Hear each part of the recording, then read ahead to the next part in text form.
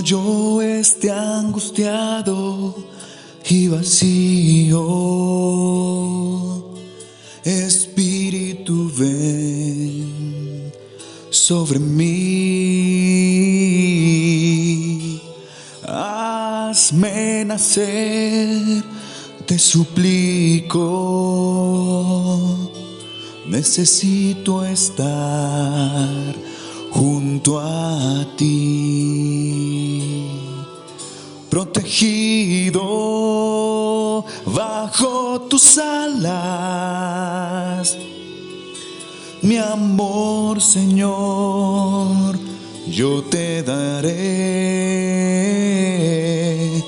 Con gozo elevaré un nuevo canto y tú transformarás mi ser. Mi nombre es Carlos Eduardo Figueroa Escobar. Muchas personas me conocen como Charlie Figueroa. Y mi historia comienza desde que yo era muy niño. Provengo de un hogar católico. Mis padres se casaron en el sacramento del matrimonio bajo la Iglesia Católica. Y soy el menor de dos hermanos que somos.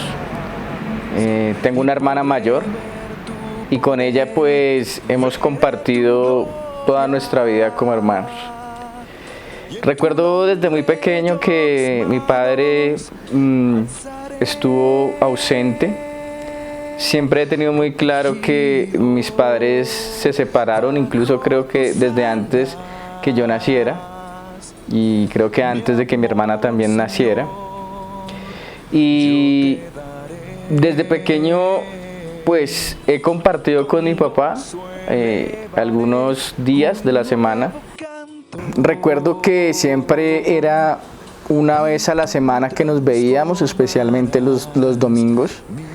Ese compartir con mi papá muchas veces era almorzar en la casa de la abuela, porque mi papá vivía con mi abuela y muchas veces era ir a visitar a mi abuela, almorzar allá, o muchas veces salíamos a almorzar a otro lado. Y mi papá pues los domingos pues dentro de su amor y de su tarea como padre pues buscaba que ese día que tuviéramos con él pues fuera un día en el que pudiéramos compartir. Sin embargo, yo anhelaba en mi corazón tener siempre presente a mi papá. Y aunque mi papá pues no estuvo en varios momentos de mi vida y siempre tuve la conciencia que él no estaba conmigo de forma permanente, es decir, todos los días, a toda hora, en todo momento, pues uno va creciendo como con esa soledad, con ese vacío y con esa situación de que, bueno, solamente ves a tu papá un día a la semana, pues bueno, confórmate como con eso.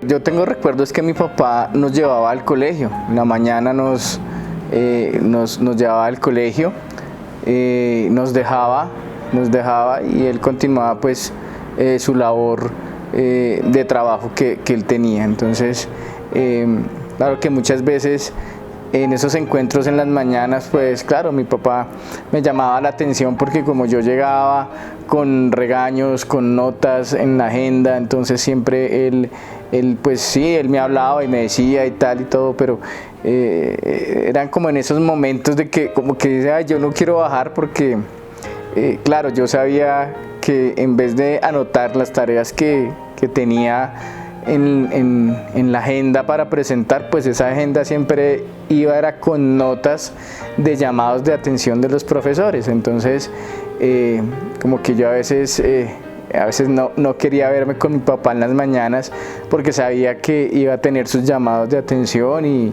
y bueno, pues la corrección que tuviera que sentir en ese momento.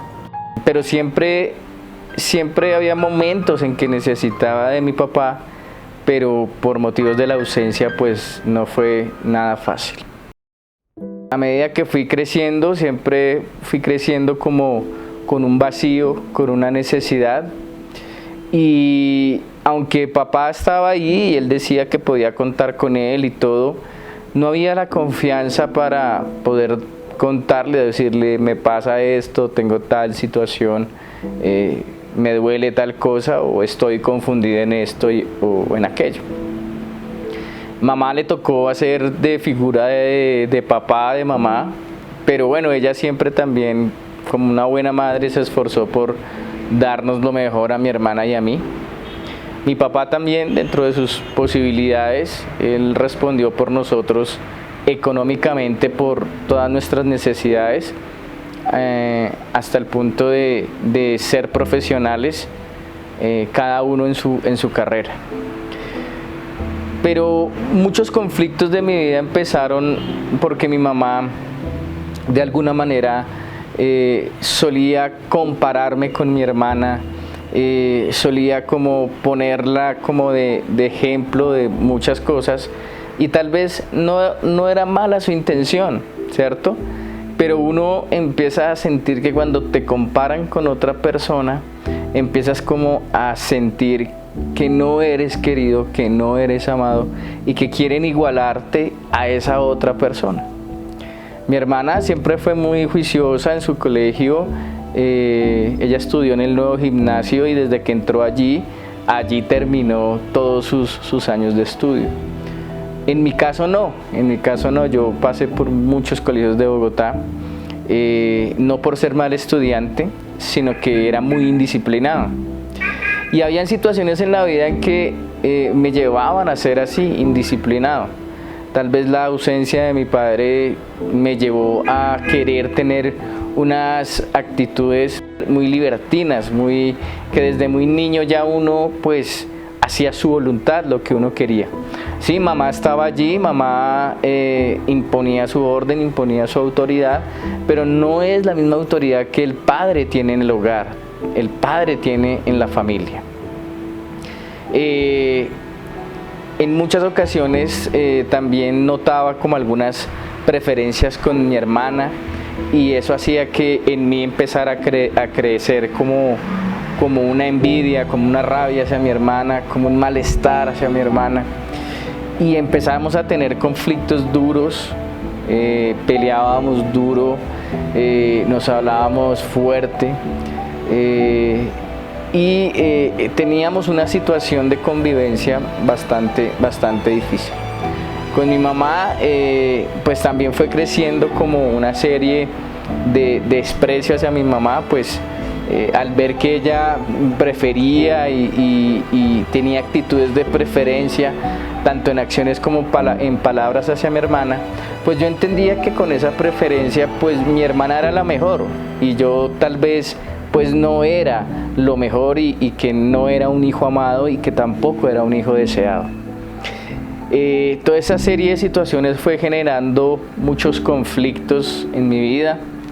Fui creciendo y mi abuelo, por parte de mamá, nosotros le decíamos, todos los nietos le decíamos papá Escobar.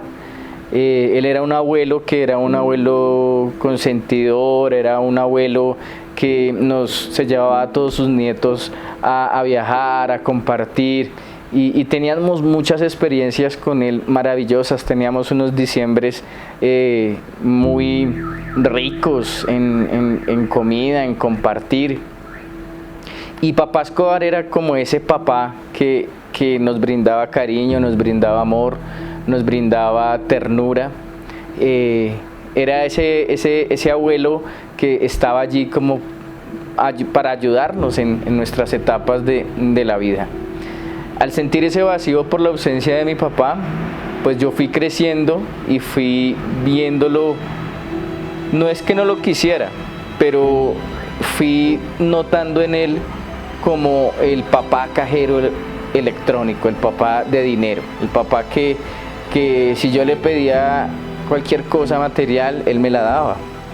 Yo le pedía los tenis que quería, él me daba gusto. Le pediría los juguetes que de ese momento me gustaban, él me los daba. Y hacía su mejor esfuerzo. Como padre creo que hacía su mejor esfuerzo. Como padre, dentro de su autoridad también, a mi hermana y a mí trató de educarnos de la mejor manera. pero siempre la ausencia de un padre va a marcar la vida de un hijo, por más que no sea esa la intención, pero de ahí pueden partir muchos comportamientos que luego uno los va a ver reflejado en vicios, en acciones, en querer compartir con otras personas que seguramente no te van a enseñar cosas buenas. Así fui creciendo y empecé a aferrarme a mi abuelo, a verlo como esa figura paterna que no lo tenía. Y desafortunadamente un día mi abuelo muere de un infarto.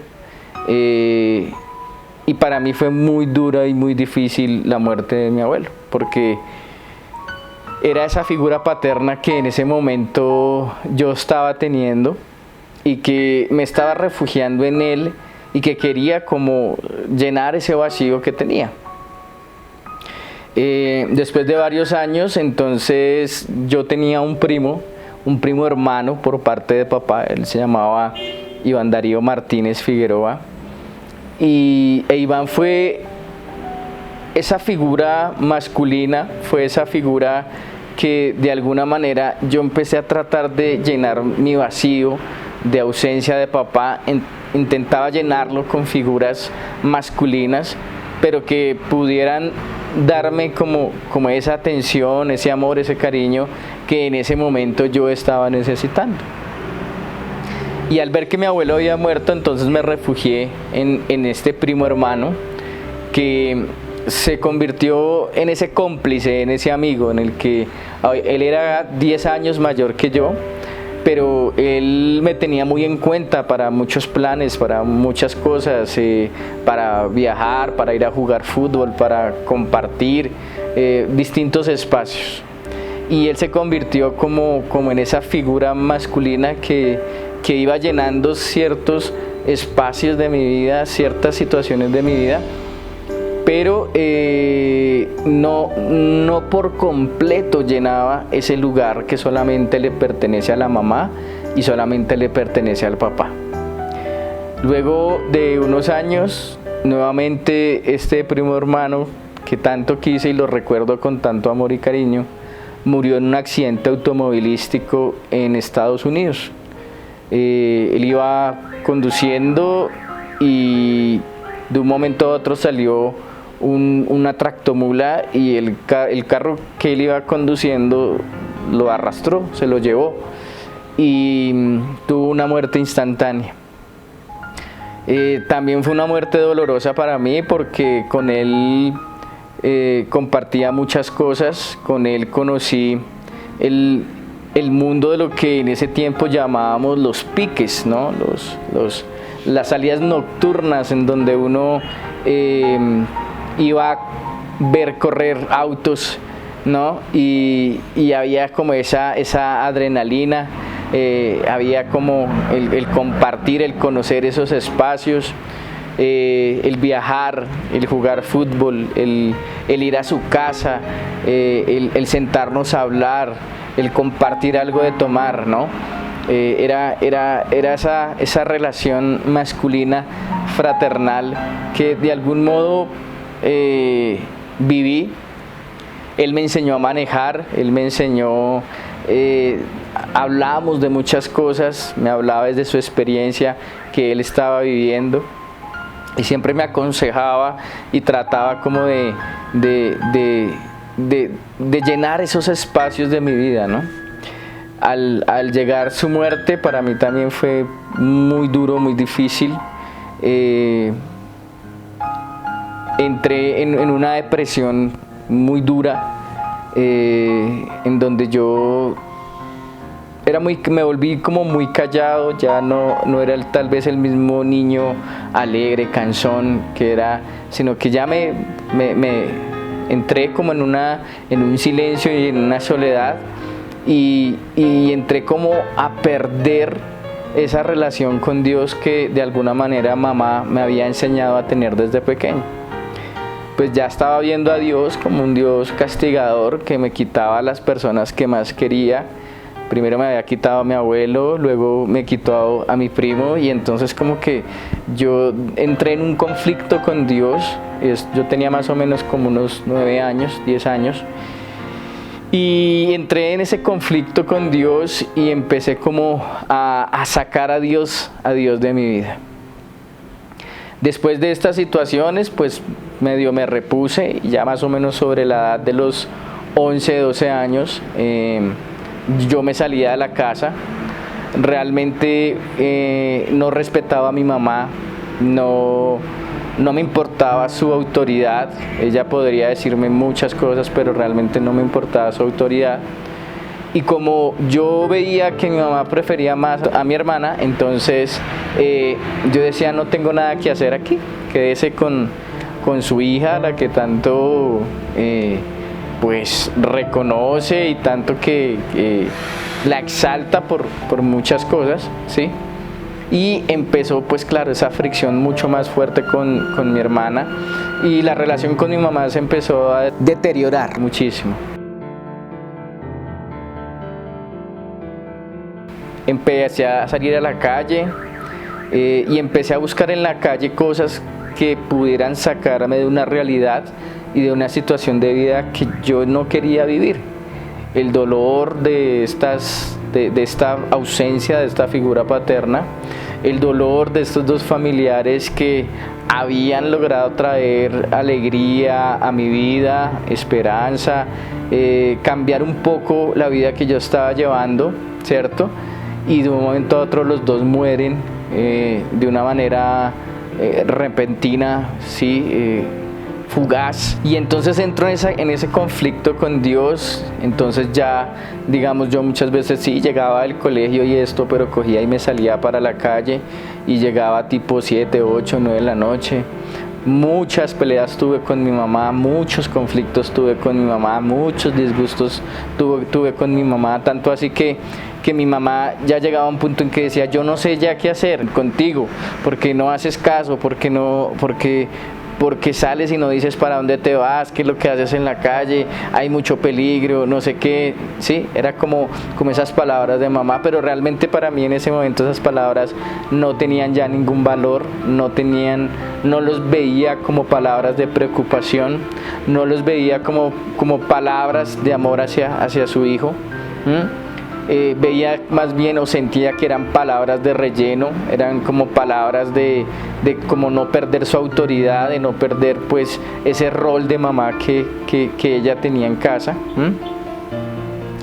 Y yo salía, me iba para la calle, hacía lo que quisiera, me iba al parque, a un parque que quedaba aquí cerca de la casa, y en ese parque conocí personas que seguramente también eran personas que tenían dolores, tristezas, y que íbamos a ese lugar como a querer respirar o tratar de ver distintas realidades a las que estábamos viviendo en nuestras casas.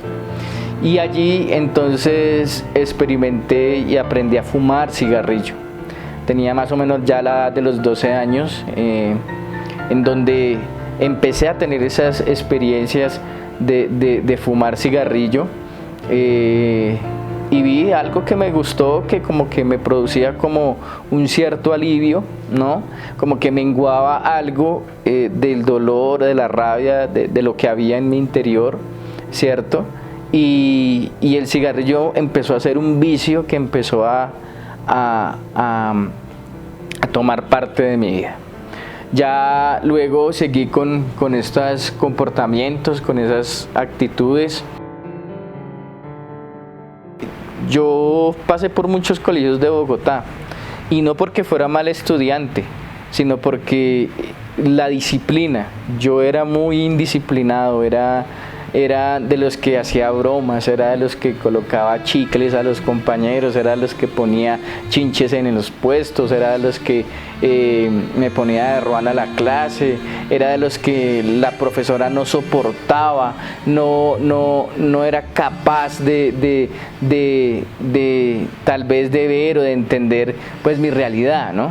Entonces trataba de con esos comportamientos vivir esta experiencia.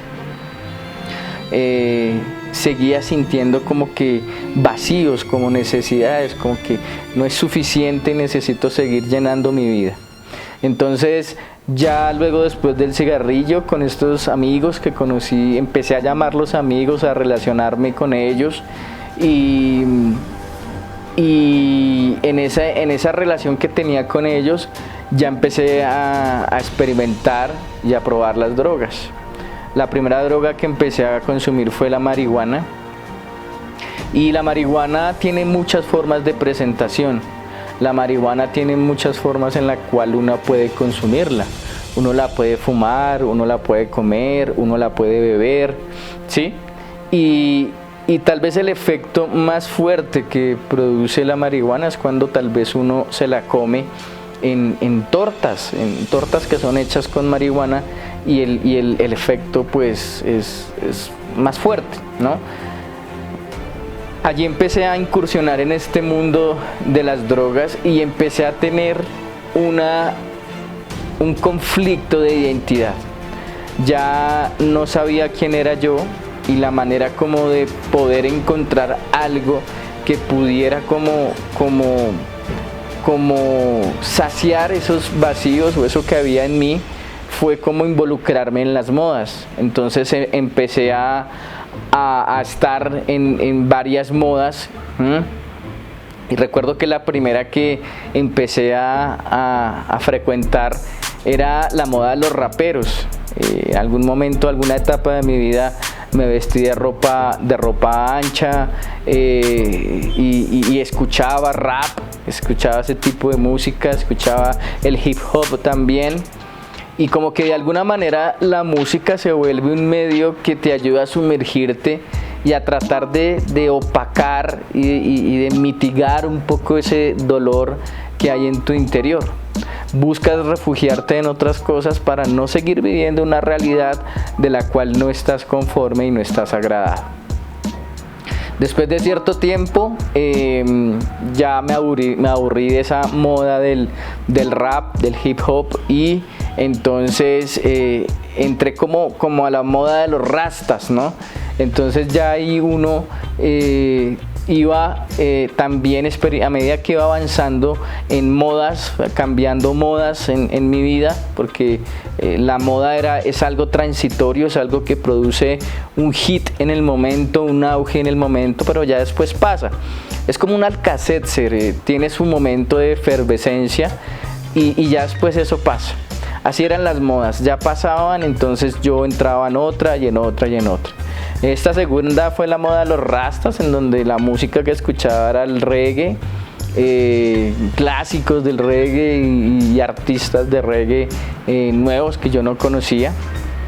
Pero a la vez que iba avanzando en modas como estas, también iba avanzando en el consumo de drogas. Es decir, que también allí consumía marihuana, pero ya la marihuana era fumada y era ya de manera más excesiva, era ya de manera más frecuente, ¿no?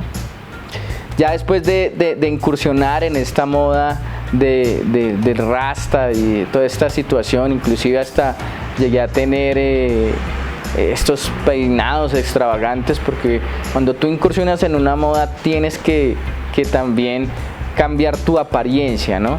Y en esa apariencia pues involucra la manera de vestirte, de peinarte, de los accesorios que usas. Después de esta moda del rasta, entonces recuerdo mucho que llegó la era o comenzó a surgir la música electrónica, y en esos tiempos empezaron a conocerse lo que se decía como los after party, ¿no? Y en los after party era donde uno pues escuchaba esta música electrónica, y las personas que se daban como a este tipo de moda, ¿no? Se les decía los candy, ¿no? Los candy eran aquellas personas que usaban collares, manillas de colores fosforescentes, siempre colores que eran muy reflectivos, que resaltaban mucho, ¿no? La forma de vestir era usar un poco la ropa apretada, cargar en el cuello un chupo y como siempre un dulce en la mano, ¿no?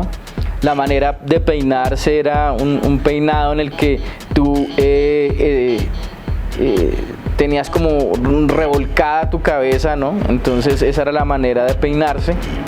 Y cuando empezaron a surgir los after party en Colombia, empezaron a surgir muchas fiestas, y este tipo de fiestas duraban 2-3 días seguidos. Recuerdo mucho que habían artistas, por ejemplo, como Carl Cox, que fue un DJ muy reconocido en su tiempo. También DJ Tiesto, ¿no?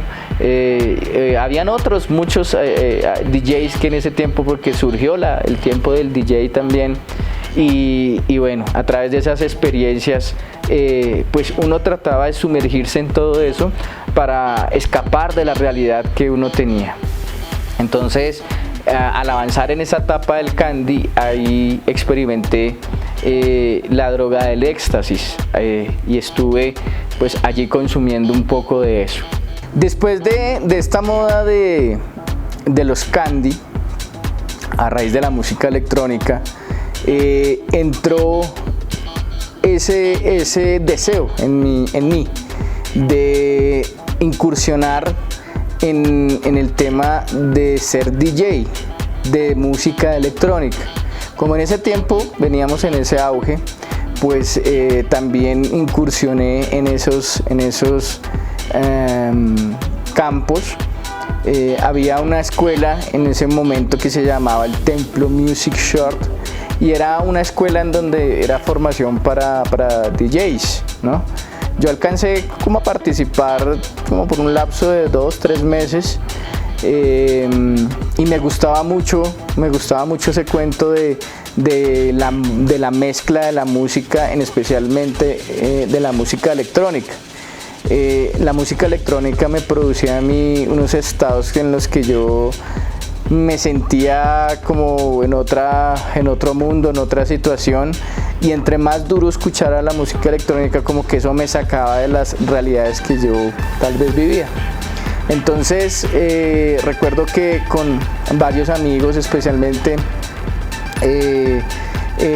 con amigos de colegio, pero también con los amigos de la universidad, salíamos a estas carreras clandestinas, y había un amigo que él tenía un carro, y él tenía planta en el sonido, y en ese tiempo pues la música estaba grabada en CDs. Entonces como ellos sabían como esos conocimientos de DJ que yo tenía, pues me ponían siempre como a poner la música, y así fueron saliendo fiestas y cosas en las que me llamaban así, y en algo alcancé a trabajar como DJ en fiestas.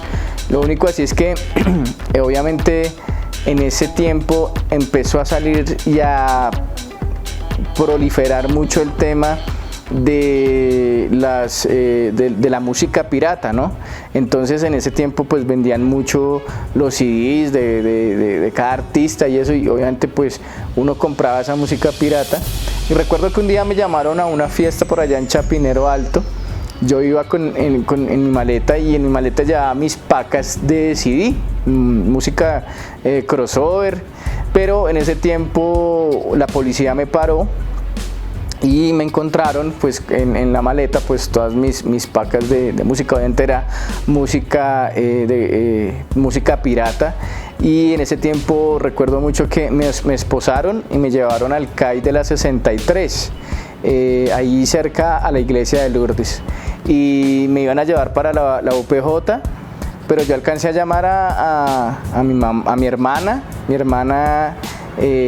y llamaron a una prima que era fiscal, y bueno, esta prima pues logró ir allá y hablar con el comandante de la policía, pues porque pues me habían encontrado 3 pacas de almacenamiento, de cada paca de a 100 CDs. Entonces pues la policía pensó que era que yo estaba como comercializando ese tema, pero no. Entonces pues en ese tiempo se dio mucho eso, hacían muchas requisas, y pues obviamente en esas fiestas a las que fiestas muy muy escondidas, muy ocultas, pues yo iba a hacer este tema. Y pues también como DJ uno experimentaba el cigarrillo y bueno, cualquier otras situaciones. Siempre en mí, por este tema de la crisis de identidad, había la situación de querer ser diferentes a otras personas. No quería ser como igual a todo el mundo, no, yo quería ser como diferente y siempre buscaba cosas que marcaran la diferencia ante otras personas. Entonces, bueno, siempre anduve mucho en la calle, y en la calle fue donde conocí, pues, digamos, como que todas estas experiencias que les estoy contando. Ya después de todas estas situaciones, vivíamos siempre en cada moda. Había un nuevo grupo de amigos que, entre comillas, hacía. Y siempre uno busca la aceptación. Cuando tú tienes problemas de identidad, de autoestima, buscas la aceptación de otros, buscas ser aceptado en los grupos, y muchas veces esa aceptación te lleva a ti a hacer cosas que de pronto no son muy buenas, no son muy agradables, pero que en esas experiencias tú sobrepasas tus límites, ¿no? Y entonces te ponen a hacer retos y cosas para tu vida.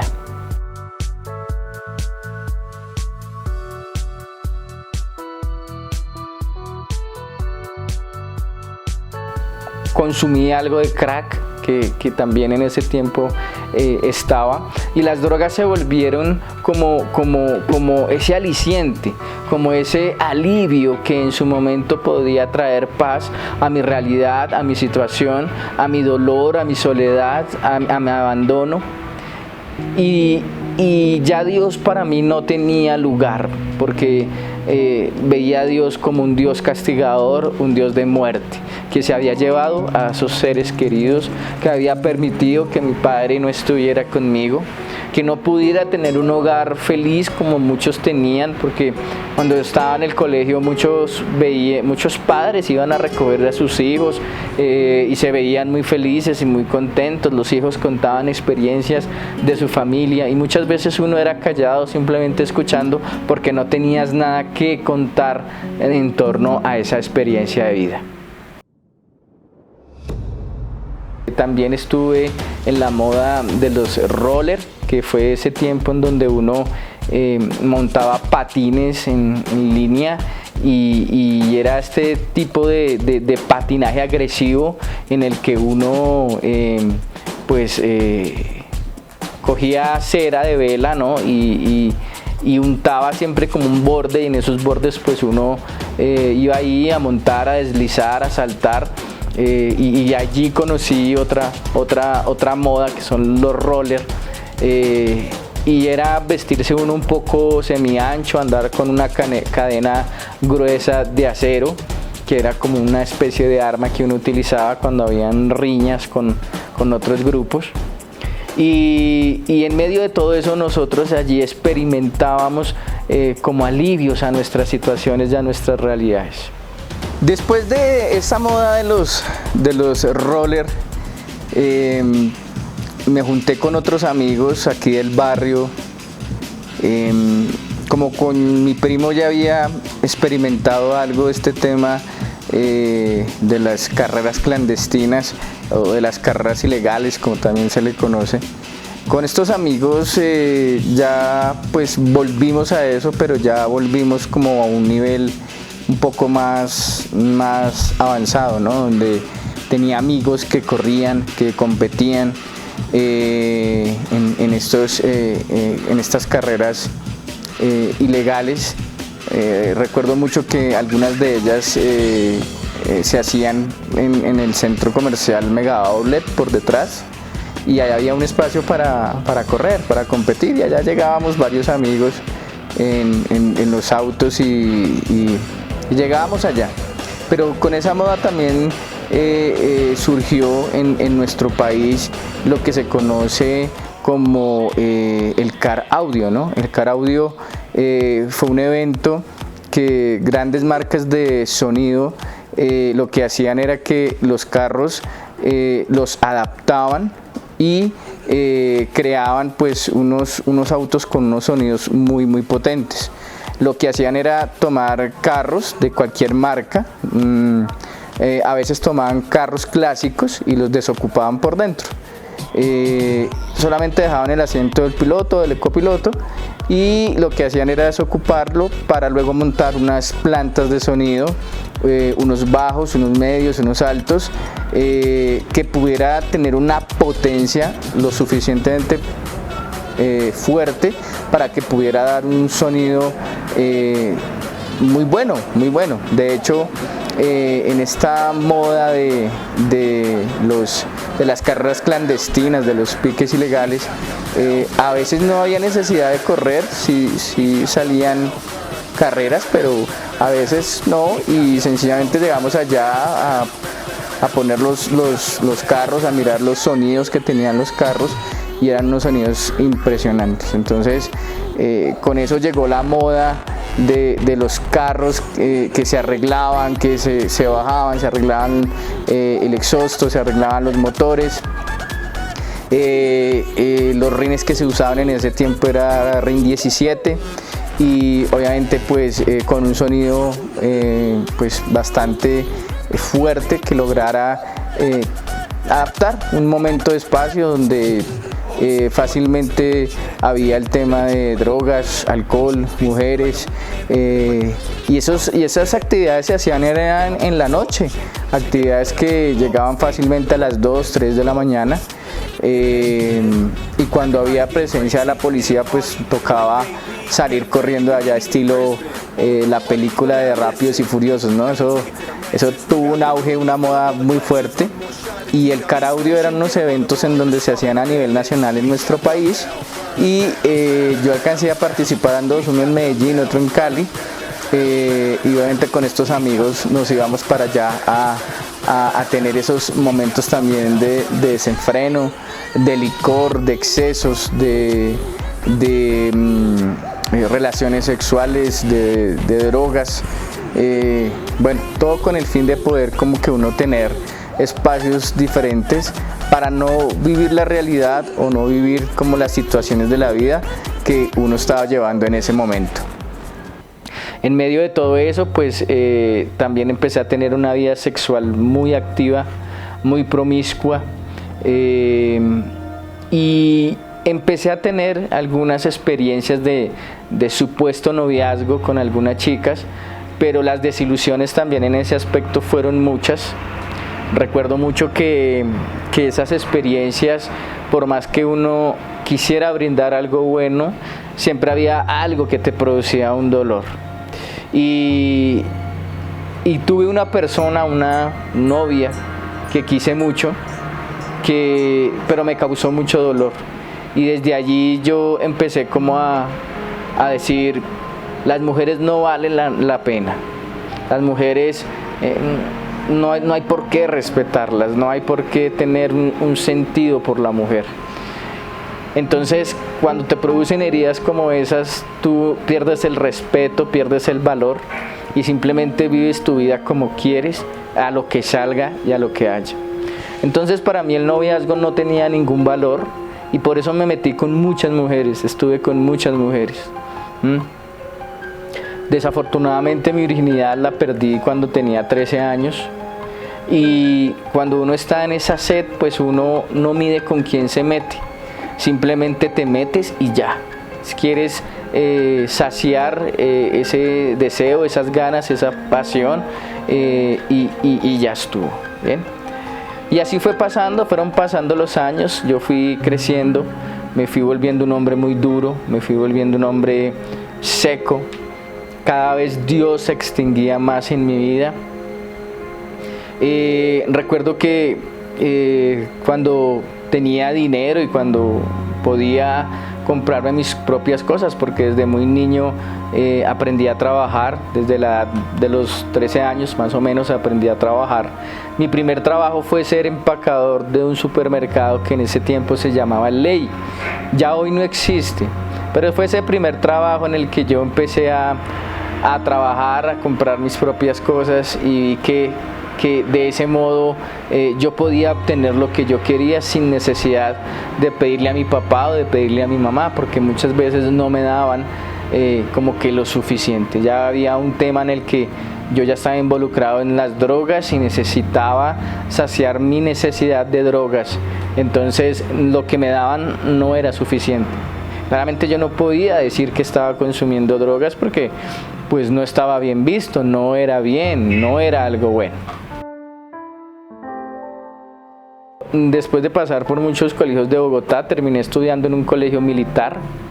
En ese colegio militar, pues allí me enseñaron la disciplina, me enseñaron el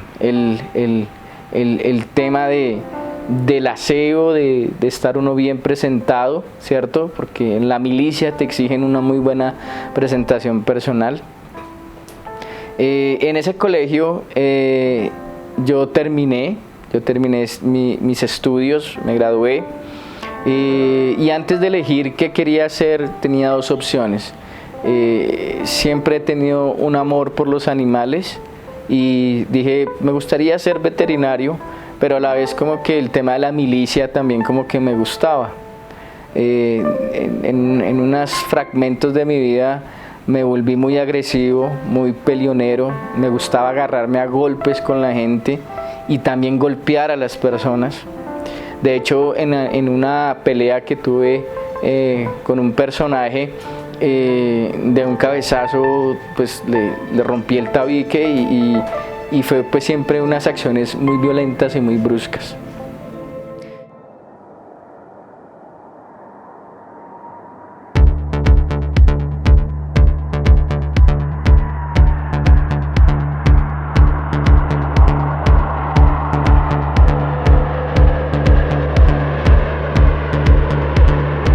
Sobre la edad de los 15 años viajé a Houston, Texas, donde tenemos unos familiares que también han sido de mucho valor. Mi tío Néstor ha sido esa figura paterna, masculina, que con su ejemplo, con su tenacidad, con su esfuerzo nos ha mostrado pues, el valor de la familia, el valor del hombre en el hogar. Y de él también he aprendido muchas cosas. Viajé a Houston, Texas porque mis tíos me regalaron ese viaje por llegar a la edad de los 15 años. Estuvimos un buen tiempo allá. Mi tío Néstor también fue un referente importante de figura paterna, de hombre, porque él también es un hombre maravilloso, un hombre generoso, un hombre que cuando viene aquí a nuestro país, a Colombia, tenemos espacios en los cuales podemos compartir con él y esos compartir con él son bonitos, son amorosos, son fraternos, son afectuosos. Para mí mi tío Néstor es un ejemplo de hombre trabajador, de hombre perseverante, de tenacidad, un hombre que también tuvo que pasar por unas situaciones difíciles, pero es un ejemplo de ese tío que te ama, de ese tío que te aconseja, de ese tío que te chocholea, digámoslo así como en esa expresión. Y a mi tío Néstor también lo amo mucho, lo quiero mucho, lo aprecio mucho. Le debo mucho también a él, ha sido un apoyo importante también para mi vida. Lo mismo mi tía Maggie, es esa tía también amorosa, respetuosa, que se preocupa por nosotros, y cuando vienen pues con ellos los momentos que podemos compartir son maravillosos, son bonitos, son especiales. Lo mismo a mi primo Juan Carlos, pues él sí no viene mucho, pero cuando viene pues también sus consejos, su experiencia de vida y su apoyo también es un apoyo incondicional en el cual pues como que Dios nos dice, bueno, no estás solo, tienes ciertas personas que también te pueden ayudar a crecer como persona y bueno, son ejemplos de padres, esposos, hijos que están allí para tener un referente importante en tu vida. Siempre había nacido en mi corazón el perforarme las orejas. No sé, aquí en Colombia no se había dado mucho esa moda, pero en Estados Unidos sí. Y cuando yo llegué allá, allá hay otro tío, es un tío que le llamamos el tío Herman, es un ex marino, y él, yo le conté un día que yo quería perforarme las orejas. Y pues allá en Estados Unidos se tiene una concepción de que si tú te haces un arete en la oreja derecha, pues quiere decir que eres gay, y si te haces un arete en la oreja izquierda, pues eres hombre. Allá en Estados Unidos pues eso era muy normal, inclusive habían personas que tenían 2 aretes. Y yo quería, o sea, entré como en esa moda y quería como eso, y entonces le dije a mi tío, pero mi tío me jugó una broma, y entonces como yo no tenía muy claro eso, pues él me llevó al mall, al centro comercial allá en Estados Unidos, y yo me perforé la oreja derecha y me jugó una broma. Entonces pues yo iba muy contento con mi arete y todo esto, pero no sabía lo que eso significaba. Uno muchas veces hace cosas sin saber qué significan o qué representan. Ya luego cuando me encontré con mis otros familiares allá, pues me explicaron y dije, bueno, pues me voy a abrir el izquierdo también. El haberme perforado las orejas fue, no sé, como algo que me estimuló muchísimo y que me llevó como a querer como perforarme más. Pero cuando llegué a Estados Unidos, mi papá fue a recogernos al aeropuerto, y claramente cuando él me vio con esos aretes, pues él no estuvo de acuerdo. Es más, me dijo que ni se me fuera a ocurrir abrirme otro arete porque, pues, o sea, para él eso no estaba bien visto. Entonces, después de cierto tiempo y al ver que yo tenía esa restricción, yo decidí perforarme la ceja y me coloqué un piercing en la ceja, pero ¿cuál era el truco ahí? Yo el piercing me lo colocaba cuando estaba fuera de la casa. Cuando estaba aquí adentro de la casa, pues me tocaba quitármelo, porque pues aquí mi familia no sabía de muchas de mis andanzas, de los amigos, de los bares, de los lugares que frecuentaba. Aunque yo era menor de edad, había logrado conseguir una cédula falsa, y con esa cédula falsa lograba entrar a muchos establecimientos en donde podía tener el tema de consumo de drogas, cigarrillo, mujeres. Y así pasaba y así se daban las cosas. ¿Bien? Con el piercing a mí se me infectó la ceja, porque el tema de tener que quitar y ponérmelo, pues obviamente me implicaba tener las manos sucias, y en una de esas a mí se me infectó la ceja, y tenía el párpado pues muy hinchado, me dolía mucho, y obviamente tuve que ir a donde pues un amigo que era médico, y pues él me dijo que había pasado eso. Entonces pues pero yo acá en mi casa no dije nada, porque obviamente pues no lo veía como una aceptación. Yo me hice el piercing solo y bajo unas condiciones que uno no sabe, o sea, que uno no dimensiona, que uno no piensa que eso se puede convertir en un problema más terrible más adelante. Entonces yo tuve una infección en la ceja por el piercing, y pues eso me ocasionó un poquito que el párpado se me inflamara, se me colocara morado, y empezaba pues a salirme materia, ¿no? A través de los orificios de la perforación del piercing. Y ya luego pues tuve que estar con esparadrapo por un cierto tiempo mientras las curaciones y esto, pero obviamente todo eso son acciones equivocadas, porque como era algo que estaba prohibido y limitado, pues yo tenía que buscar la manera de poder vivir y sentirme bien con lo que hacía en mi cuerpo.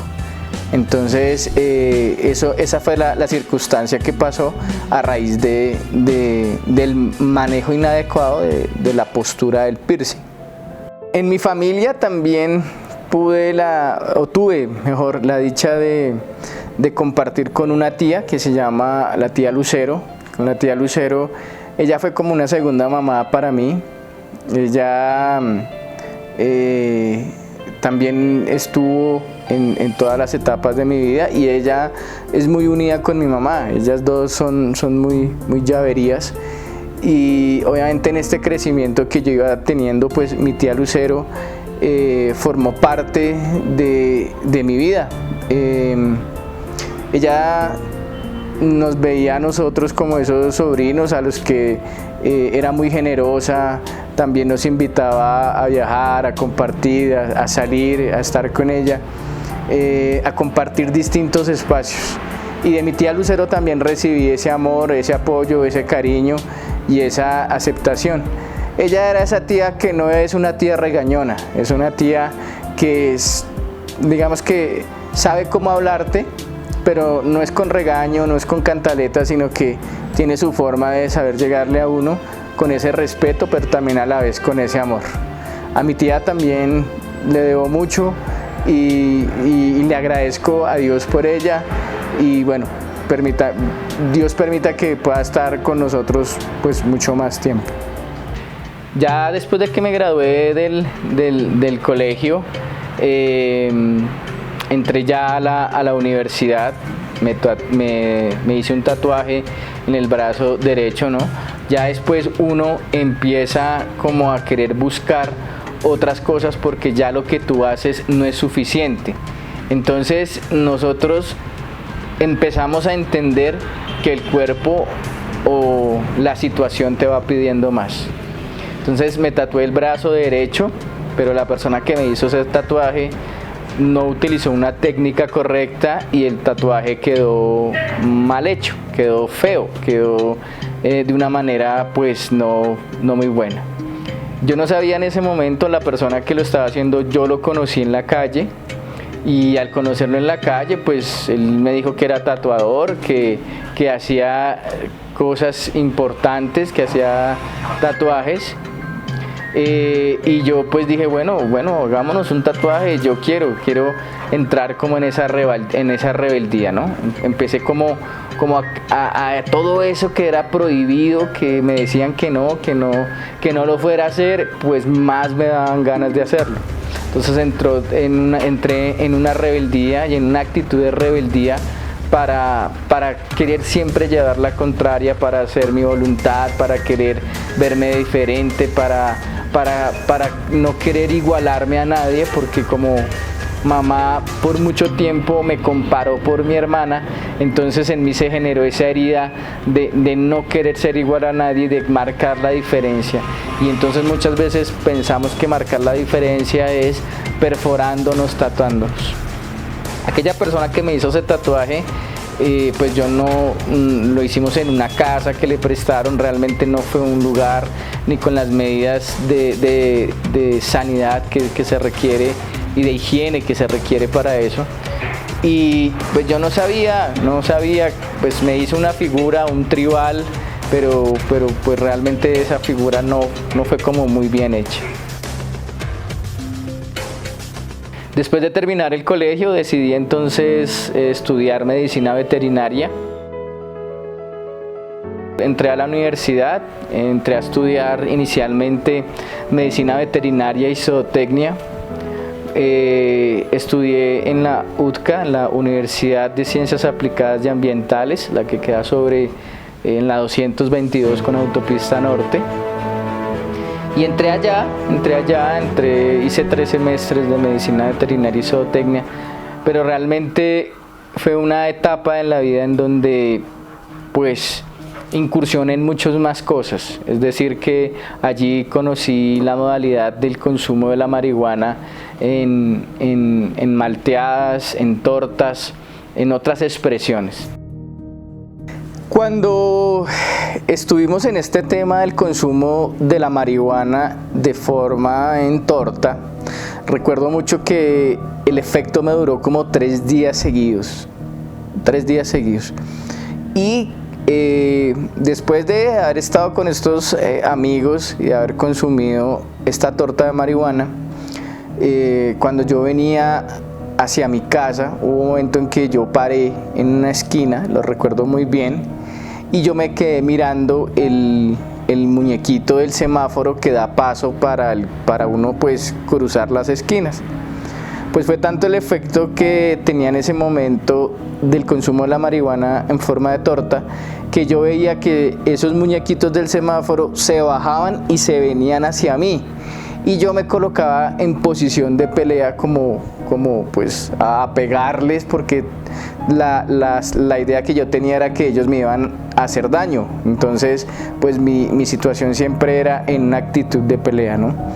Y también tuve muchos comportamientos irascibles con mi familia, con muchas personas, con cosas que estaban en ese entorno, y tuve muchos comportamientos irascibles, siempre de pelea, siempre como de discusión, pero pues todo eso era parte, digamos, como de esta situación, de este dolor, de estos vacíos emocionales que existían en mí en ese momento.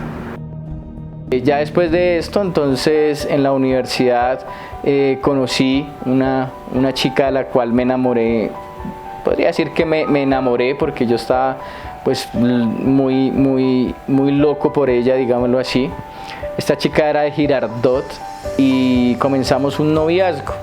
Duramos aproximadamente 8 meses, 9 meses. Y yo prácticamente ya vivía casi que en unión libre con ella. Yo ya no mantenía aquí en mi casa, yo me mantenía con ella, salíamos de la universidad y nos íbamos para su casa. Prácticamente venía yo aquí a mi casa muy poco. Entré como en una etapa con ella como muy fuerte, y un día ella estaba ya habíamos salido de vacaciones de la universidad, y ella se fue para Girardot a visitar a su familia, sus padres. Un día yo tuve que ir a la casa de ella a sacar unas cosas que necesitaba, y cuando llegué a la casa de ella pues la encontré teniendo relaciones sexuales con otra persona, y para mí eso fue desastroso. Eso fue algo que marcó mi vida de una manera muy violenta. Allí terminé de reafirmar que las mujeres no valían la pena, que de aquí en adelante toda mujer que llegara a mi vida solamente iba a ser para tener relaciones sexuales y ya. No iba a volver a tener un noviazgo, no me iba a volver a entregar a nadie, no iba a entregar mi corazón. Entré en una depresión muy fuerte, muy terrible. En medio de todo eso, de esa situación que ya venía viviendo, pues contemplé por primera vez el suicidio, porque con ella pues ya había como creado un vínculo, ya tenía como una situación, podría verse que había generado un escape de mi casa, y pues bueno, esta persona pues había sido eso. Luego en la universidad me empezó a ir muy mal, pues yo iba y tal y todo, pues yo no podía permitir que acá en mi casa se enteraran de las situaciones que pasaban. Pero yo la verdad, yo iba a la universidad y yo no entraba a clase. Muchas veces llegaba a establecimientos cerca de la universidad y llegaba a beber, a tomar. Muchas veces empezaba a tomar desde las 7 de la mañana hasta las 7 de la noche, 8 de la noche, porque ya sobre esa hora tocaba coger camino hacia Bogotá. Y ahí entré en un alcoholismo también, entonces era una mezcla de drogas, sexo, alcohol, y todo eso era movido por heridas y situaciones que pues yo llevaba, las decepciones desde la familia, decepciones desde los amigos, decepciones desde la pareja. Tenía muchas personas que supuestamente eran mis amigos, que estaban conmigo, pero muchos de ellos estaban por interés. Porque en ese momento pues me conocían como Carlos, entonces Carlos nos gasta cerveza, Carlos nos gasta guaro, Carlos esto, entonces sí, pero cuando llegó el momento de situaciones muy críticas, ellos ya no estaban allí cuando más, digamos, los necesité. Después de todo un tiempo, mi papá se empezó a dar cuenta que había algo raro que pasaba en la universidad. Yo le falsifiqué a mi papá en varias ocasiones las notas de la universidad, porque yo tenía que llevárselas a él para que pues él viera que yo supuestamente estaba estudiando. Y realmente falsifiqué esos documentos muchas veces. Entré a una crisis muy difícil de mi vida. Realmente a mí no me importaba ya mi mamá. Yo muchas veces llegaba acá y llegaba a encerrarme en mi cuarto, a poner música a todo volumen, a estar en situaciones que no quería estar, que no quería aceptar, estar en una situación de vida en la que tú preferías sumergirte en otras cosas, en la pornografía, en estar uno deseando situaciones, cosas, pero no podía salir más de allí. Entonces ya después de esta situación pues mi papá se dio cuenta, él fue a la universidad, le contaron, le dijeron toda la situación y ya pues luego él me cogió y pues me llamó al orden, me dijo que se había dado cuenta de todo y que no me iba a seguir pagando la universidad. Cuando pasó eso pues yo en ese momento no dimensionaba lo que eso significaba, lo que eso representaba.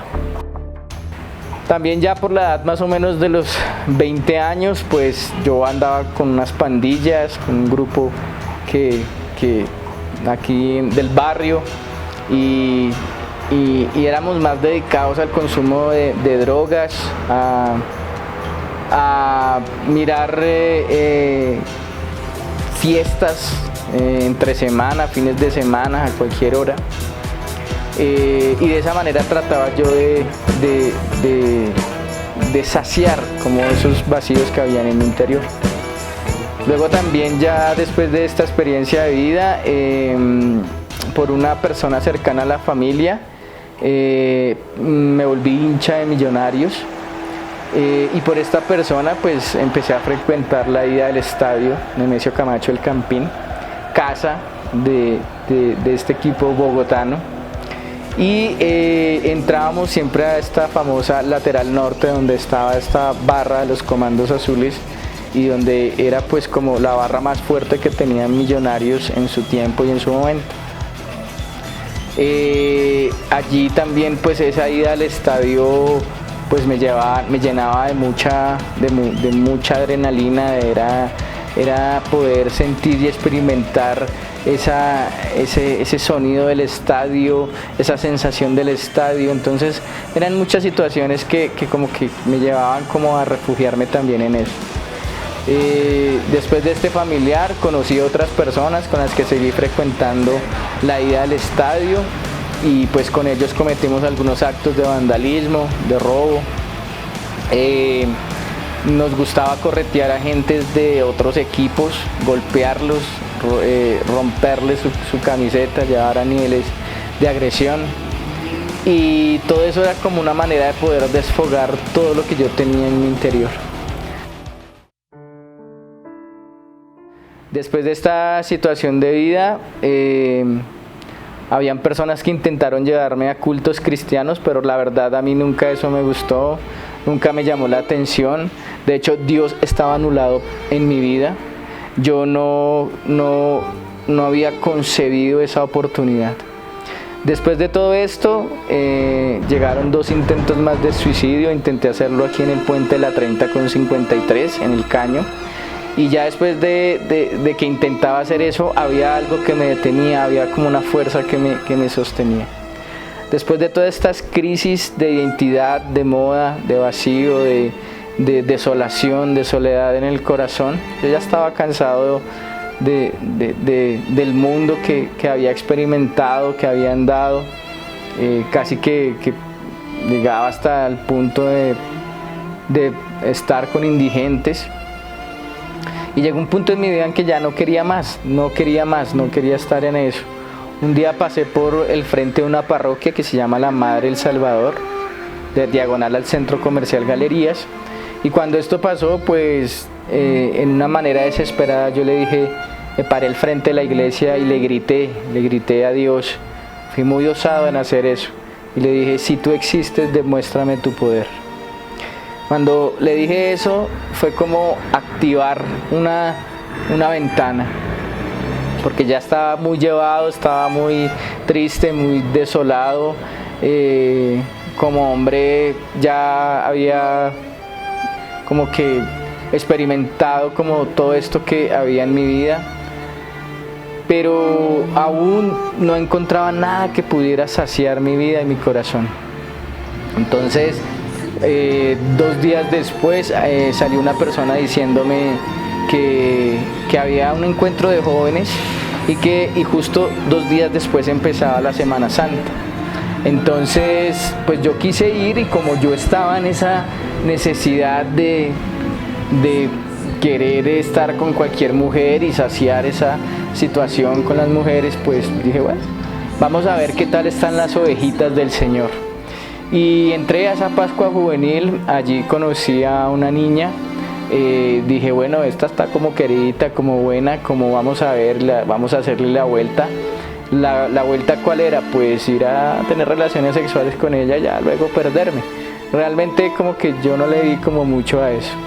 Pero después de cierto tiempo, esta mujer, esta niña, no cedía ante esas situaciones. Fuimos novios durante 9 meses, pero aquí empezó esta experiencia de conversión. Aquí estoy, Señor, pidiéndote me enamores.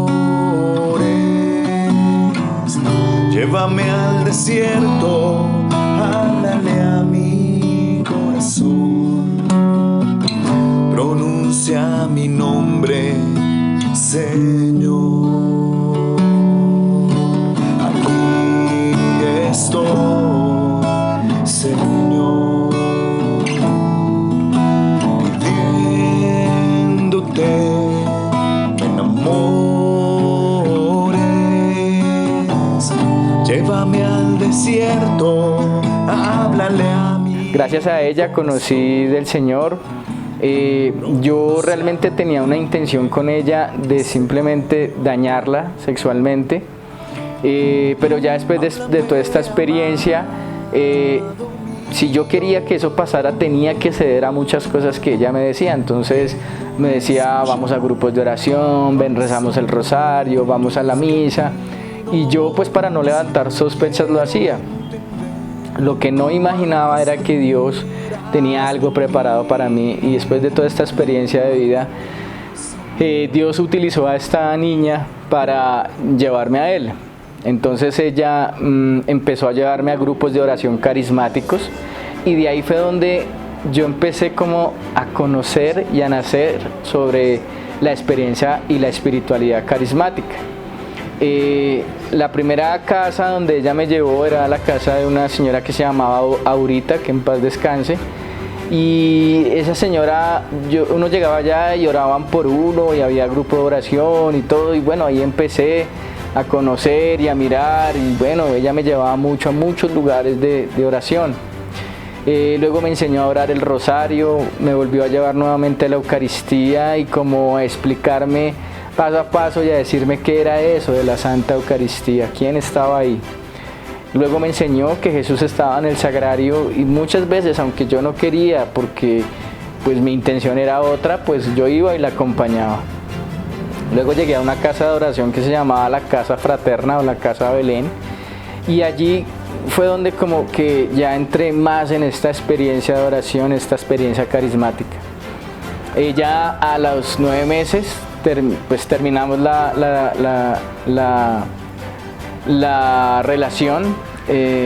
Como nos conocimos en la parroquia Madre del Salvador, nosotros pues empezamos allí a frecuentar, y de un momento a otro, pues como yo andaba con ella, me propusieron ser catequista, y pues no vi nada malo en eso y empecé a hacerlo. Y bueno, de ahí empecé como a enseñarle a niños sobre la primera comunión, pero no estaba muy convencido de ese tema. Yo lo hacía mucho era por agradar a Natalie. En esos momentos ella, que estaba allí, pues me miraba mucho, me observaba, miraba cuáles eran mis movimientos, y pues yo tenía que estar como muy pendiente de eso. Ya luego me volví, ya empecé como a sentir como que eso de Dios, curiosidad, Y bueno, empecé como a darme más a eso. Y ella me llevó a esta casa de oración, a la casa fraterna, a la casa Belén. Y allí me acogieron unas personas con mucho amor, con mucho cariño. Y empecé a experimentar como ese amor de Dios, pero aún yo no lo tenía muy claro.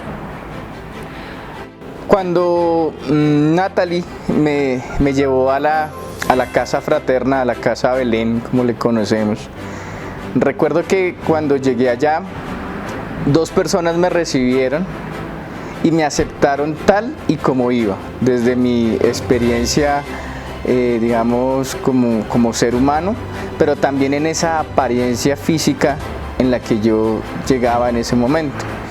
Y estas 2 personas fue Rafael Arango, que de cariño yo le digo Rafita, y Bartica Guerra, ¿no? Que fueron estas 2 personas que me recibieron, que me acogieron, las 2 primeras personas que Dios me colocó en el camino, y con ellos empecé a experimentar lo que era pues el amor de Dios, porque ellos me hablaban mucho del amor que Dios tenía para mí y cómo Dios se sentía feliz de que yo estuviera caminando, ya dando esos pasos de conversión y de querer pues como entregar mi vida a Dios como laico que en ese momento pues era. Y también por ellos pues empecé a conocer toda la espiritualidad y lo que es el movimiento de la renovación católica carismática. Volví a sentir otro dolor y otra tristeza muy grande porque Natalie pues me terminamos la relación de noviazgo y ella pues me dijo que se iba a ir a hacer una experiencia de vocación religiosa. Entonces yo empecé a competir con Dios, empecé a conquistarla, a llevarla, a traerla, mejor dicho, a hacer un montonón de cosas para conquistarla, para que no me dejara, porque ya en un momento yo había creado, no sé, como un vínculo y yo pensaba que era amor con ella. Después de toda esta situación, entonces pues ella decidió, dice, no, yo no te puedo querer como pareja y he decidido irme como religiosa. Ella se fue como religiosa. En este momento ya es una religiosa pues ya consagrada, hace parte de las comunicadoras eucarísticas del Padre Celestial, y después de un tiempo de que ella se fue, entendí que Dios la había utilizado a ella para llegar a mí, porque no había otra manera en que yo pudiera recibir a Dios. Entonces Dios la utilizó a ella y Dios llegó a mi vida por medio de ella. Para mí fue muy difícil después de que ella se fue, entonces pues ya como que no me quedaba nada y como que yo, ¿y ahora qué hago? Y como que ya volver al mundo no era una opción. En mi relación con Natalie cabe hacer aquí una aclaración importante, y es que como les dije, yo iba con otra intención con ella, ¿sí? Prácticamente mi expresión era decir que yo iba a hacerle la vuelta a ella, ¿no? Pero siempre lo cuento con jocosidad y siempre digo, pues yo fui a hacerle la vuelta a Natalie, pero Dios terminó haciéndome la vuelta a mí. Y gracias a ella fue que terminé en estos caminos de conversión, de oración, porque pues Dios la utilizó a ella para yo llegar a Él. Pero cuando ella se fue a su experiencia de vocación religiosa, yo en la oración, una de las otras tantas preguntas le decía a Dios que por qué se la había llevado, que por qué me la había quitado, y la respuesta que Dios Padre me daba en ese momento era que yo había generado, sí, había un amor por ella, pero yo había generado un apego también, y entonces ese apego fue lo que digamos como que me llevó a querer competir con Dios y a tratar de robarle esa alma a Dios, porque cuando nosotros tenemos relaciones con personas, y esas personas dicen, no, me voy a vivir una experiencia de vocación religiosa, y uno hace todo para que esa persona no se vaya, es uno queriendo robarle esa alma a Dios, cuando esa alma ya está destinada a esa vocación. Y también tengo un sentimiento de gratitud por ella muy grande, porque pues gracias a ella llegué a los brazos de Papá Dios, y por medio de toda esta experiencia pues pude llegar a lo que Dios quiere y a la misión que Él tiene para mí. Me ofrecieron empezar un proceso de conversión, de sanación, de liberación allá en la Casa Fraterna, y decidí hacerlo. Y entonces allá pues empecé a entender y a descubrir todo este tema espiritual. Lo primero que el Señor hizo fue empezar a devolverme muchas cosas que había perdido, y en lo personal había sido ese sentido a la Santa Eucaristía.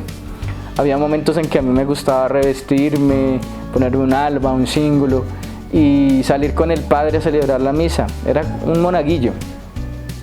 Pero muchas veces muchas personas pensaron que yo ya estaba como inclinándome hacia la vida sacerdotal. Luego de un tiempo de oración, de discernimiento, el Señor lo que había hecho en mí era poner un amor especial por la Santa Eucaristía. Y por eso para mí la Santa Eucaristía es muy valiosa, muy especial, es muy importante, porque Dios me regaló un amor muy importante para ella. Después de eso empecé a frecuentar el grupo de oración de jóvenes, empecé a caminar sobre esa situación y empecé a crecer, a formarme, a conocer esta experiencia juvenil.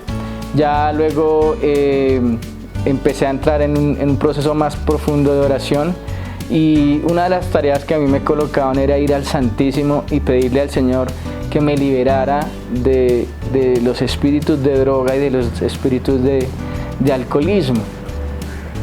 Y yo empecé a hacer caso, realmente empecé a hacer caso, me parecía algo muy loco, pero empecé a hacer caso. Yo me sentaba allá frente al Santísimo y como que no tenía nada más que decir, sino que decir, Dios, sáname, Dios, libérame de esto, y ya. Y así lo empecé a hacer por mucho tiempo, y después de cierto tiempo y de una oración de liberación que me hicieron, sentí que había sido liberado de las drogas y del alcohol, pero que la obra principal el Señor la había hecho frente al Santísimo Sacramento del altar. También cuando comencé esta experiencia de conversión, en donde pues empecé a buscar el tema ya con más, digamos, compromiso. En la Casa Fraterna, allá hablaban del Padre Wilson Salazar, y el Padre Wilson Salazar fue un sacerdote que a mí me ayudó muchísimo en mi proceso de liberación. En ese tiempo recuerdo que él estaba en la Florida, y allá llegaban muchísimos buses, porque era un montón de gente que llegaba allá a buscar al Padre, porque el Padre pues hacía oraciones de liberación, de exorcismo. Y el Padre Wilson Salazar es muy conocido en nuestro país, en Colombia, ¿no? Recuerdo que cuando yo llegué allá, mi mamá me acompañó y llegamos allá, y esta experiencia fue fuerte, porque yo empecé a tener todas unas sensaciones en donde nunca las había sentido, nunca las había experimentado. Y hay que tener presente que hay situaciones en nuestra vida que necesitan de la oración de un sacerdote que maneje liberación y que maneje el exorcismo. ¿Por qué? Porque ellos tienen un poder que Dios les ha otorgado para que podamos sentir esa liberación en nuestras vidas. Pues bien, gracias al Padre Wilson Salazar, en varias ocasiones que estuve en la Florida, él oró por mí, y él contribuyó mucho a mi proceso de liberación. Guardo una gran gratitud por el Padre Wilson Salazar y oro por él, lo tengo en mis oraciones, ya que fue uno de los tantos sacerdotes que el Señor me regaló en el camino y que me ayudó en mi vida espiritual, en mi conversión, y pues a quien le debo mucho también en esta experiencia. Después de ya ir asistiendo, frecuentando la casa fraterna, de ir frecuentando, digamos, como estos espacios de oración, el poder ir a hablar allá con otras personas, conocer a otras personas, empezar a descubrir este mundo espiritual. También el Señor me permitió conocer una familia maravillosa, también a todos los que en ese momento me recibieron, me acogieron, tengo un sentido de gratitud con ellos. Pero hubo una familia en especial que me acogió en ese momento, y en esa familia pues estaba Manuel Echeverry y doña Luz Marina, que es su esposa, y con ellos estaba pues mi amigo Alejandro Echeverry, este amigo que fue el primero que Dios me empezó a regalar en el camino espiritual. Este amigo que me recibió también, me aceptó como iba en mi apariencia física, y también me fue vinculando al grupo de oración de jóvenes que en ese momento había pues en la casa fraterna. Manuel y doña Luz Marina fueron o son dos personas de los que aprendí mucho, de los que ellos también me acogieron en su casa, y me permitían estar ahí cuando a veces yo no quería estar en mi casa, yo no quería estar en ciertos sitios. Yo llegaba a esa casa de esa familia y ellos allá me recibían. Muchas veces me quedé a dormir allá, compartía con ellos, y de hecho Manuel dirigía una obra de misericordia muy bonita que en ese tiempo se conocía como el Pan Compartido, y trataba de ir los viernes en la noche a una calle que se llamaba la calle Cinco Huecos. En esa calle Cinco Huecos, eso era por allá por el lado de la Plaza España, por donde queda el Hospital San José, y nos íbamos allá a repartir sopa, chocolate con pan a los habitantes de calle allá de esa zona. Eran muchísimos los que ya veían llegar la camioneta de Manuel, la conocían ya, y ya llegaban las personas, hacían una fila, y nos íbamos un grupo de personas a hacer esa obra de misericordia. Esa fue una de las cosas que a mí me empezaron como a tocar fuertemente el corazón, a ver esa realidad, a ver ese mundo, a recordar que en algún momento yo pude llegar a ese punto y pude quedarme ahí, pero por la misericordia y la gracia de Dios no fue así. Y entonces con Manuel, con Alejandro, con doña Luz Marina, con sus otros hijos, empezamos a tener ya una cita todos los viernes para ir a hacer esa obra de misericordia. Y fue muy bonito porque mientras íbamos de camino a ese lugar, íbamos orando, íbamos haciendo el Santo Rosario, y fueron experiencias muy bonitas, fueron experiencias en las que uno dice qué lindo es ayudar a otro, qué lindo es venir a ayudar a preparar una sopa, un chocolate, un pan, e ir darlo con amor, porque como dice la Sagrada Escritura, hay más alegría en dar que en recibir, y el corazón se llena de gran alegría. Entonces el pan compartido fue una experiencia maravillosa. Y por muchos años, mientras estuve pues en la casa fraterna, participé de esa actividad, preparando, pelando, ayudando, llevando, subiendo, bajando, trayendo, en fin, era aportar un granito de arena a esa obra de misericordia que fue muy importante para mí, y que gracias a la familia Echeverry, a Manuel, a doña Luz Marina, a Alejandro y a sus otros hermanos, a Cristian, Valery y Miguel, eran una familia que estaban en ese entorno de servicio allá. Pues les agradezco por haberme acogido, haberme ayudado, y seguir recibiéndome en su casa como esos amigos que Dios me regaló en este camino espiritual. Después de esto, entonces, ya empecé a caminar más firmemente en la conversión, empecé a conocer muchas personas en oración, y Dios empezó a regalarme amigos en Dios.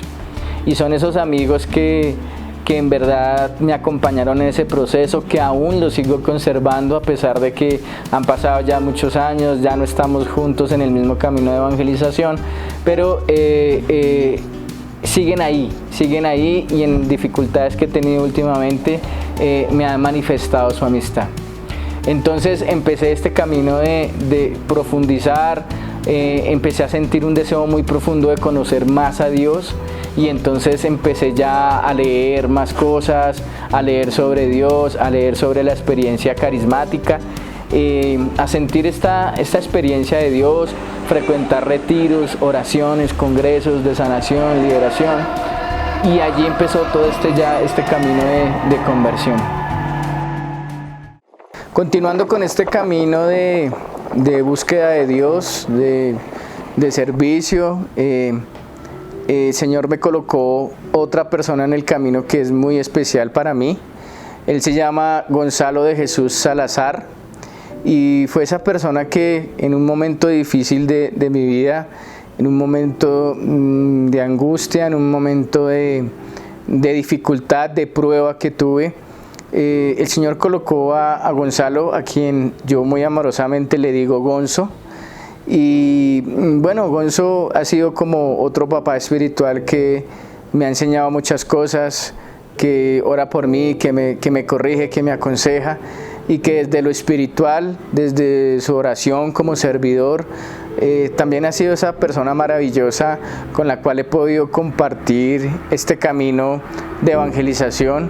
De él también he recibido mucho apoyo, mucho cariño, mucho amor, y tenemos una comunicación constante. Así que debo dar gracias a Dios también por la vida de Gonzo, de su esposa doña Marina, que también he podido compartir con ellos, y que son esas personitas que Dios te pone en el camino para no sentirte solo, para que tú puedas seguir avanzando en tu vida espiritual.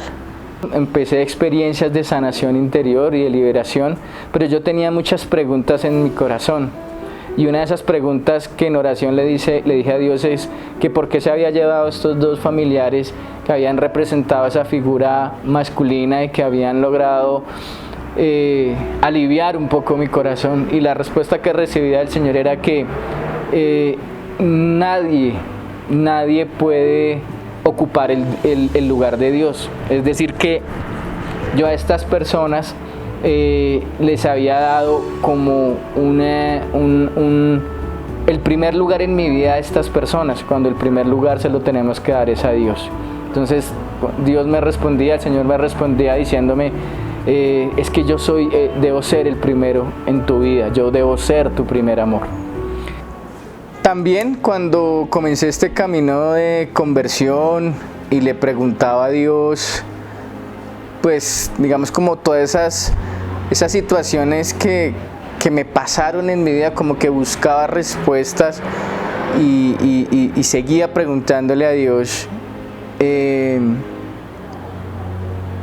pues tuve unas experiencias con mi primo, el que había fallecido. Resulta que cuando él murió, obviamente como me dio tan duro su muerte, yo tuve unos sueños con él, tuve unas situaciones como con él, pero pues yo realmente en ese momento no le puse mucho cuidado, y cuando ya ingresé al camino de la conversión, tomé esa decisión tan importante para mi vida, volví a tener unas manifestaciones con mi primo. Yo me soñaba con él, inclusive pues él me decía que no llorara más, que yo no iba a estar solo, pero que orara por él, que él necesitaba de mi oración. Y yo no entendía eso. Yo realmente cuando llegué a la casa fraterna, cuando hablaba con Rafita o cuando hablaba con Martica o con otras personas que ya eran servidores de la casa fraterna, no entendía mucho eso. Les expliqué sobre esto y resulta que ellos me decían que mi primo era un alma que estaba en el purgatorio, y que esa manifestación que yo había tenido, porque no fue una, fueron varias veces, era porque él estaba pidiendo oración.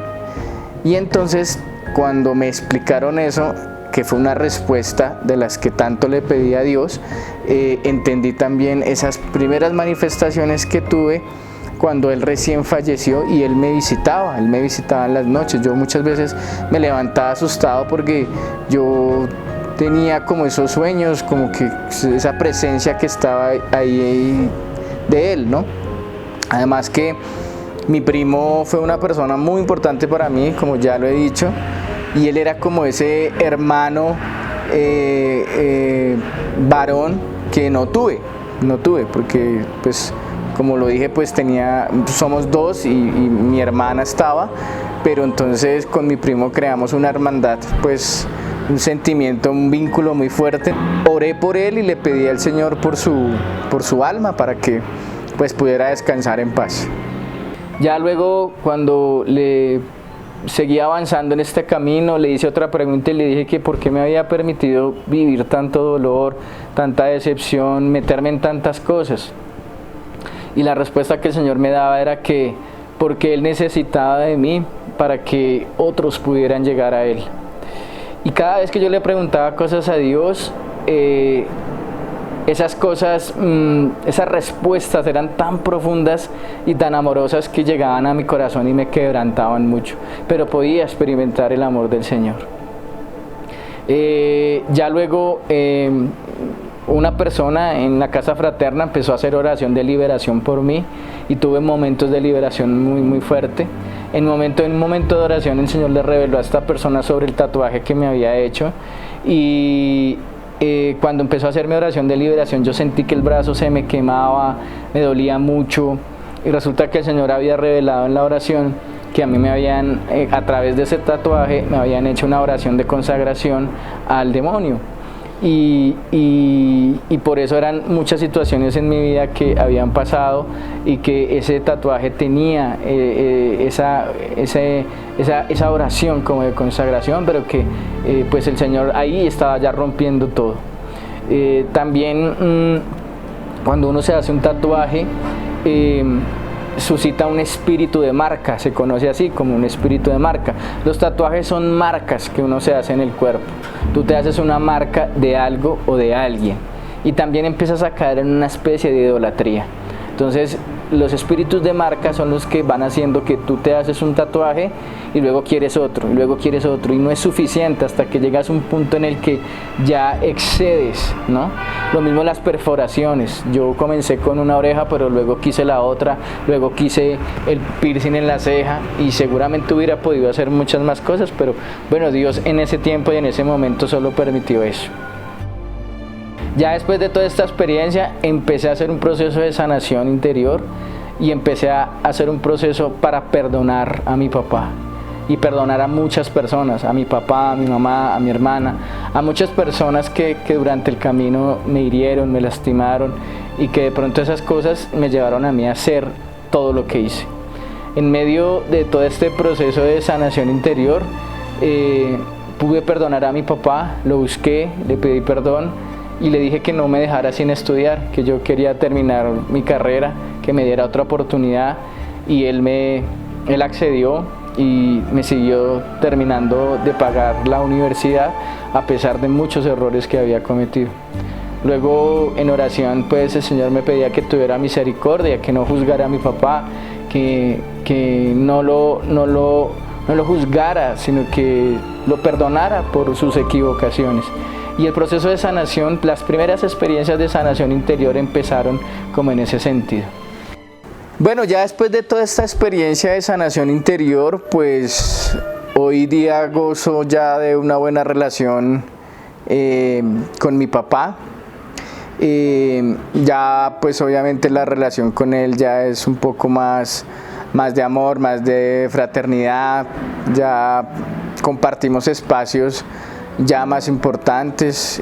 Claro que desde pequeño siempre he compartido pues con él la fecha del 24 de diciembre, pero ya ahorita pues se han dado oportunidades en las que he podido compartir más con él y también por teléfono lo llamo, le pregunto cómo ha estado de salud, cómo ha estado de su vida. Entonces pues ya digamos que ahorita la relación con él ya es un poco más amorosa y ya no con tantos señalamientos ni perjuicios como tal vez lo hacía antes, sino ya más como desde una experiencia del amor, del perdón y de la reconciliación con Él. Aunque tengo claro, porque el Señor en un momento en oración me mostró que no es porque Él haya sido una mala persona, sino porque, pues bueno, tal vez en su infancia y en su situación de vida, pues lo llevaron también tal vez a ser como Él es, y pues ese es el amor al que Dios nos invita, amar a las personas tal y como son. Ya después pasé a coordinar el grupo de jóvenes de esa casa de oración. Empecé ya a formarme más profundamente en esta experiencia carismática, y en esta casa de Belén estuve 7 años. Después de ahí tenía ya como una necesidad, como que había algo que el Señor me estaba pidiendo. Me fui para un retiro, y en ese retiro, la noche de la exposición al Santísimo, el Señor pues dio la respuesta a mi corazón y dijo que tenía algo para mí, una misión para mí que tenía que desarrollar. También en este camino que vine realizando en la Casa Fraterna, el Señor me permitió conocer muchos servidores de allá. Al igual que conocí a Manuel y a la señora Luz Marina, pues el Señor me permitió también conocer y compartir con mi amigo Iván Gutiérrez, el escritor del libro de ¿Por qué le pasan cosas malas a la gente buena? Iván Gutiérrez, o Ivancito como le digo yo de cariño, este gran amigo oró por mí también muchas veces por liberación, y así con su hablado paisa y con su manera de ser carismática, también me ayudó en varios procesos de evangelización. Con él hablábamos mucho de esta experiencia de cómo uno comete tantos errores, y esos errores te llevan a unas situaciones difíciles en tu vida. Te produce unas consecuencias bastante duras que cuando ya quieres salir pues es difícil, más no imposible. Iván Gutiérrez oró muchas veces por mí, por liberación, y de él también aprendí muchas cosas, como lo que es el amor de Dios y su misericordia. Hoy en día seguimos en contacto, y bueno, estamos como evangelizadores y como esos servidores del Señor, ahí listos siempre para servir. Ya después de vivir esta experiencia de la sanación interior, entonces pues yo seguí creciendo, seguí como formándome espiritualmente, y la Pisanto pues se independizó de la carpintería del corazón y siguió pues en esta experiencia de sanación interior y el discipulado. Ya pues la comunidad lleva 9 años ya caminando, y sobre esta experiencia de sanación interior pues entendí que muchos de los errores que uno puede cometer en la vida es parte de las heridas que uno trae, pero que solo Dios es capaz de sanar esas heridas y darte una vida nueva. Bill Carrascal fue otra persona que Dios colocó en mi camino, en este camino de crecimiento, de formación, de experiencia. A lo largo de esta experiencia, Bill, y a través de unas oraciones que Bill hizo, yo recibí el carisma de la sanación interior en un momento de oración que tuvimos. Martica pues es como esa mamá espiritual que Dios me regaló, de ella también aprendí mucho.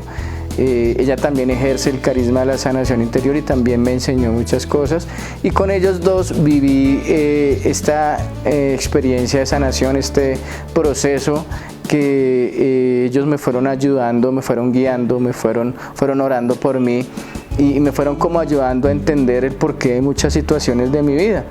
Entonces con Martica pues ya veníamos en ese camino, porque como ella me recibió en la Casa Fraterna, pues yo con ella digamos que ya venía con ella trabajando, y bueno, surgió esta experiencia de la carpintería, y bueno, me fui con ella a apoyar esta experiencia de la sanación interior.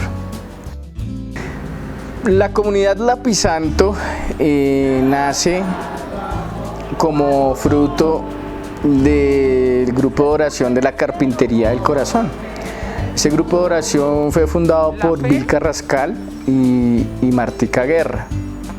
Y con ellos pues empecé como a incursionar en el tema de la sanación interior. Lapisanto nace como un grupo de jóvenes que hace parte de la carpintería, que estábamos allí, pero pues la carpintería digamos que tomó otro rumbo y Lapisanto pues se independizó de la Carpintería del Corazón. De esta manera pues Lapisanto continuó con el carisma de la sanación interior y el discipulado, y hoy en día pues ya este año cumplimos como estos 9 años de camino en esta experiencia de la sanación interior. Cuando experimenté toda esta experiencia de sanación interior, que a la vez conllevó a liberación, el Señor empezó a transformar mi vida, a darle sentido, a ver las cosas de otra manera, a entender cuál es el reino de Dios y a entender cuál era la misión que el Señor tenía para mí.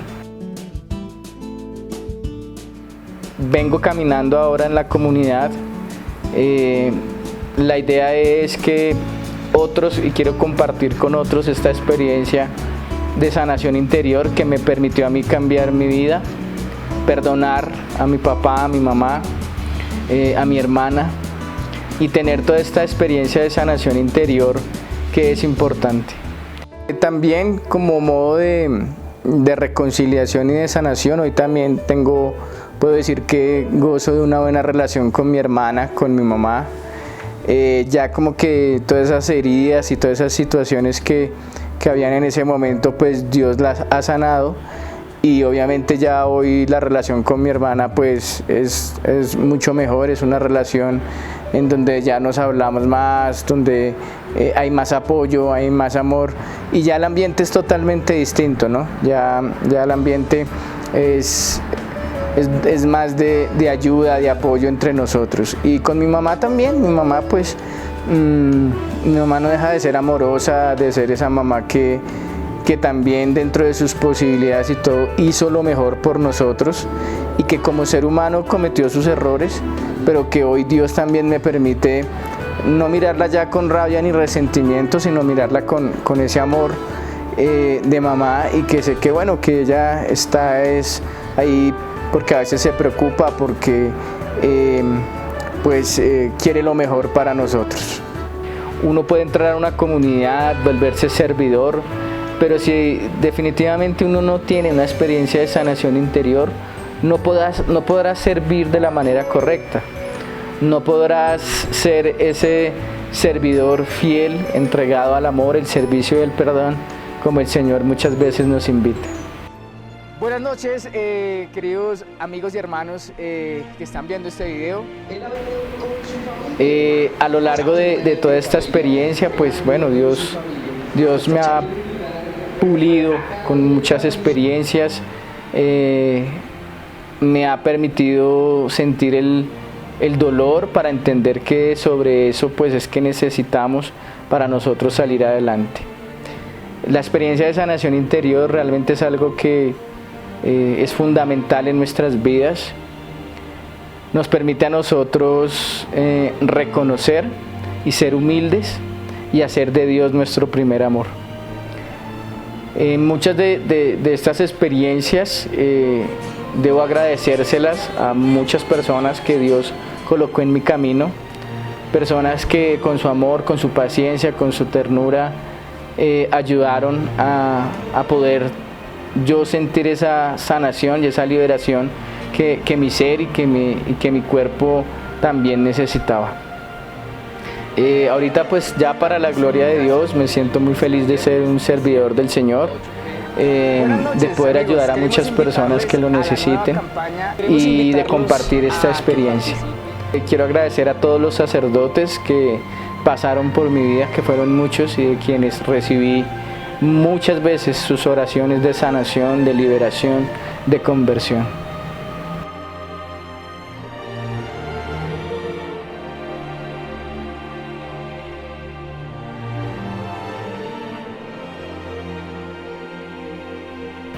Y bueno, esta experiencia de sanación interior hoy te permite o nos permite como dar fruto, el poder servirle a Dios de manera fiel, de manera en la que tú puedas hacer un servicio con gratitud, porque después de tener esta experiencia de sanación interior, tú quedas en tu corazón con una deuda de gratitud con el Señor. Y la mejor forma como podemos pagarles con nuestro servicio, con nuestra conversión, con nuestro amor, con nuestra ayuda a los demás. Esta es mi historia, que la terminé de escribir en esta comunidad que es Lapisanto, porque creer es pasión, y que bueno, por ahora estoy aquí y seguiré aquí hasta que Dios lo permita. El poder estar en la presencia del Señor es lo que nos permite a nosotros ser auténticos, no usar máscaras, no usar mentiras, sino ser auténticos desde nuestra propia experiencia. Reconocernos pecadores, necesitados del amor y de la misericordia de Dios. En medio de toda esta experiencia de conversión, había una persona, bueno, en la situación de pecado que también viví, había una persona que vivía con nosotros acá en la casa, y era una persona que era devota a la Virgen de la Medalla de la Milagrosa. En medio de todo este camino de conversión y de sanación, yo no sabía, y yo nací el 27 de noviembre, y en esa expresión y en esa fecha resulta que es el día de la Virgen María, de la Medalla de la Milagrosa. Ella es hoy mi patrona, la reconozco como mi patrona, esa bella advocación de la Virgen. Y también en algunos momentos de mi vida, cuando no estaba en la conversión, a mí me aparecían medallitas de la Virgen en los bolsillos. Yo, como no tenía a Dios presente y mucho menos a la Virgen, pues botaba esas medallas. Pero era algo muy extraño porque las medallitas volvían y aparecían en los bolsillos de mi ropa. Y después de toda esta experiencia entendí que era la Virgen que estaba conmigo, que me buscaba, que me acompañaba y que quería que pues volviera al redil de su Hijo. Hoy en día también estoy consagrado a la Virgen María, y en medio de esta experiencia de consagración y de conversión a ella, pues también le debo mucho gracias a su intercesión. Aquí a mi lado se encuentra Jesús de la Misericordia y la advocación de la Virgen de la Medalla de la Milagrosa, porque si no hubiera sido por la misericordia del Señor, yo no hubiera podido encontrar el camino de la salvación del Señor. Y de la Medalla de la Milagrosa, pues primero porque nací en un día muy especial, y segundo porque pues ella ha estado conmigo con su amor y con su intercesión. Quiero dejarles a todos ustedes un mensaje de esperanza, a todos aquellos que tal vez estén pasando un momento de dificultades, de dolor, de tristeza, de desesperación, de angustia. A los padres que tal vez están viendo también este testimonio, amen a sus hijos por igual, no los comparen, traten siempre de ser equitativos unos con otros y tengan el amor del Señor en su hogar. Los invito entonces a todos ustedes a que hagan de Dios su primer amor, y a la Santísima Virgen María como esa hermosa Madre que intercede por todos y cada uno de nosotros.